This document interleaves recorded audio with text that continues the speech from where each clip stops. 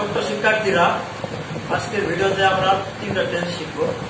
Present indefinite, past indefinite, future indefinite. আমরা বোর্ডের দিকে খেয়াল করি। প্রথমে লিখেছি আমি ক্রিকেট খেলি।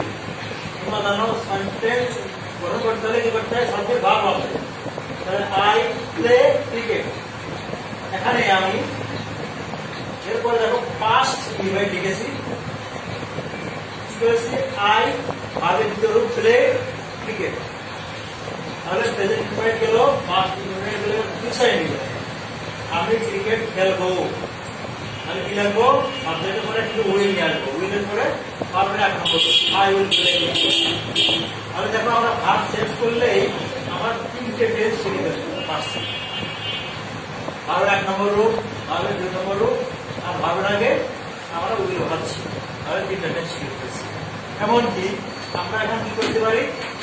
এখন যদি আমরা গো লাগাই, আমি স্কুলে যাই, আই গো টু স্কুল। আমি স্কুলে গিয়েছিলাম, আই ওয়েন্ট টু স্কুল। আমি স্কুলে যাবো, I will go to school. এভাবে কিন্তু আমরা ভার্ব চেঞ্জ করে অসংখ্য বাক্য তৈরি করতে পারি। ঠিক আছে? Present indefinite, past indefinite, future indefinite, এইভাবে তোমরা শিখতে পারবে। ঠিক আছে? তোমরা কি বুঝতে পেরেছো? Yes, sir. ওকে, আগামী ভিডিওতে দেখা হবে।